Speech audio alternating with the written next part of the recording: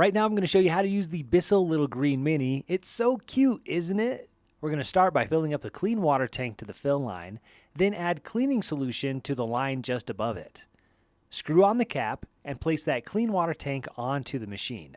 Now unwrap the cord, plug it in, and turn on the machine.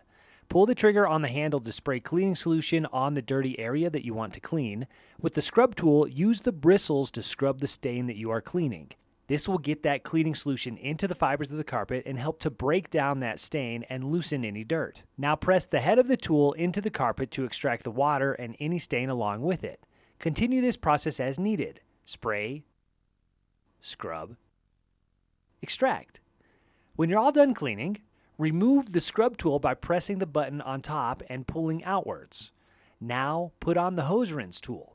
Once that's in place, you can turn the machine back on and rinse out the hose.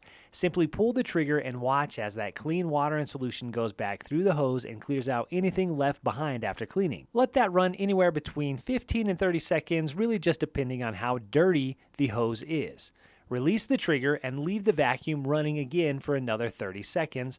This will clear out any standing water still left in the hose. Now turn off the machine and remove that dirty water tank. Now discard any of the contents inside. Now rinse your tools and dirty water tank, set everything aside to dry and store for future use. Hopefully that was helpful. This is such a cute little machine. It's really a great addition to the Bissell Little Green Machine line. If you want to know more about carpet cleaners and vacuums, please check out some other videos and please subscribe if you found this helpful. My name is Drew. I'll see you in the next one.